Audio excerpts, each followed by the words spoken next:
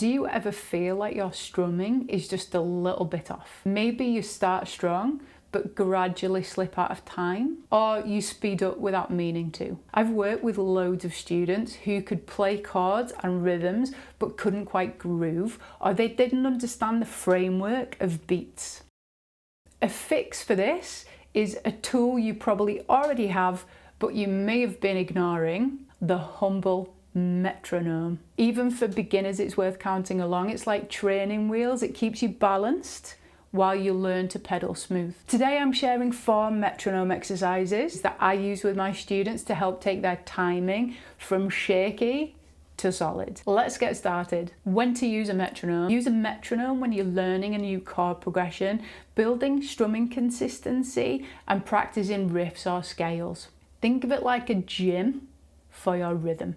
Don't use a metronome when you're still trying to figure chords out, you're not totally sure of the strumming pattern yet, you're wanting to noodle and build some creativity, or you're feeling out some dynamics. Sometimes you need to just explore without a ticking clock. If you are completely new to metronome, start here. We are just simply going to count 1, 2, 3, 4 on the beat in a couple of cycles to get a feel for it. The metronome's on 60 beats per minute. Here we go. 1, 2, 3, 4. 1, 2, 3, 4. 1, 2, 3, 4. 1, 2, 3, 4. What we'll do now is progress this and stick an and in between each number. Here we go.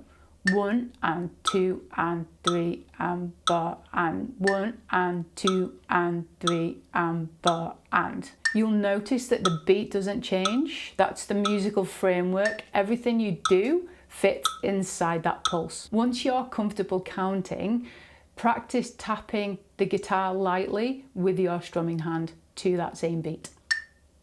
2, 3, 4.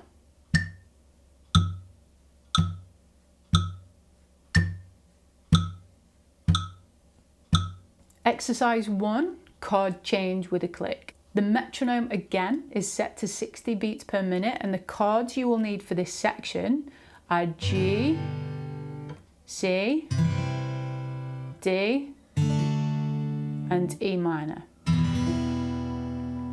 We're going to start with basic chord changes. So we're going to strum a G chord on beat 1. This is going to ring out for 4 beats. Then we're going to change to C. That's on beat 1. That rings out for 4 beats. D, the same again, and E minor. 3, 4, G, 2, 3. Change to C, C, 2, 3. Then to D, 2. Then to E minor. We're going to go again. 3, 4, G, 2, 3, 4, C, 2, 3, 4, D, 2, 3, 4, E minor, 2, 3, 4. What this does is connect your fretting and strumming hands to the pulse, so you're not rushing transitions. Do this exercise as a 2-minute loop. When you are confident that you're changing at exactly the right time, speed the metronome up to 70 beats per minute. If you're not ready for all 4 chords, maybe just go back and forth between the G and the C. G and C. Exercise 2, simple down strumming. Now the metronome's on 70 beats per minute, and we're going to practice with our strumming hand isolated rhythm exercises. Simple 4 down strums. We're going to mute the strings with our fretting hand so we get this nice percussive click. Now ready to go. 1, 2, 3, 4.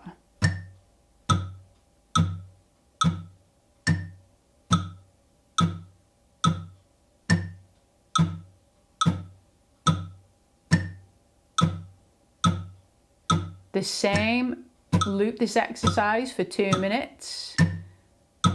What it helps you do is sync your arm with the beat, building internal rhythm that feels automatic. If you can talk or sing while you're strumming without drifting, you are nailing it.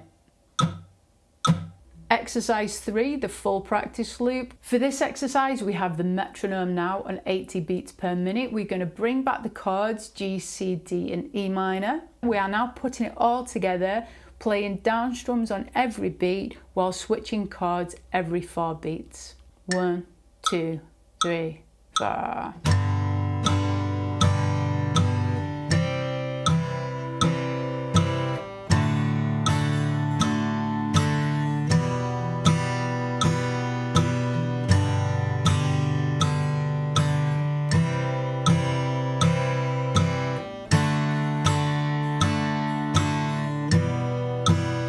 What this does is it simulates a real song, syncs both hands and builds endurance. You're going to loop this for 2 minutes. If you lose the beat, slow it down and reset. We are looking for steady, clean changes, more than we are fast and sloppy.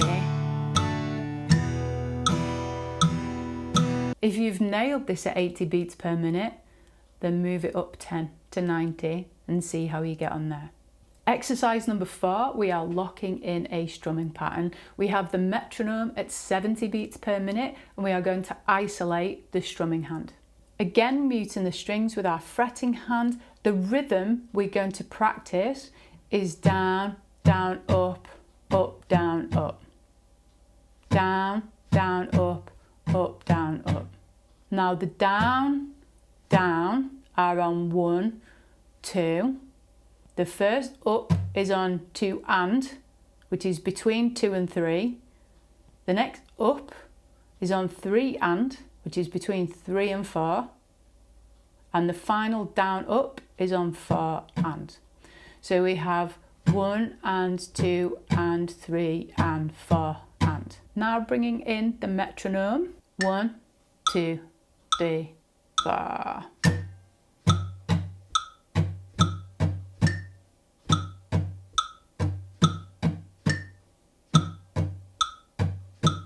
Down, down, up, up, down, up, down, down, up, up, down, up. This is where the metronome really shines, but only once you can repeat the pattern from memory. It embeds the feel of a groove while keeping you accountable to time. The metronome's your personal drummer that never gets tired, but it's up to you to bring the feel. Do this exercise for 2 minutes. Each of these exercises builds what I call timing trust, where you stop guessing, but you can actually feel where the beat is. You know where the beat is. That's what gives you the groove, the confidence and the control. I used to feel really lost back in the day when I was trying to speed up fast chord changes or riffs, especially if I was nowhere near the speed of the song that I was trying to learn, so I couldn't at all play along. When my friend showed me how to use a metronome to bridge that gap, it really blew my mind quite a lot, and it took care of a lot of my playing accuracy. So we just slow it down, play the riff repeatedly or the chord sequence repeatedly, and then you take the accuracy with you. So once you've got that automated rhythm, you can then gradually speed everything up and it becomes clean as you speed it up. Absolute game changer. In this lesson, I show you 5 strumming techniques that will help you develop expression and take your strumming to the next level. I'll see you next time.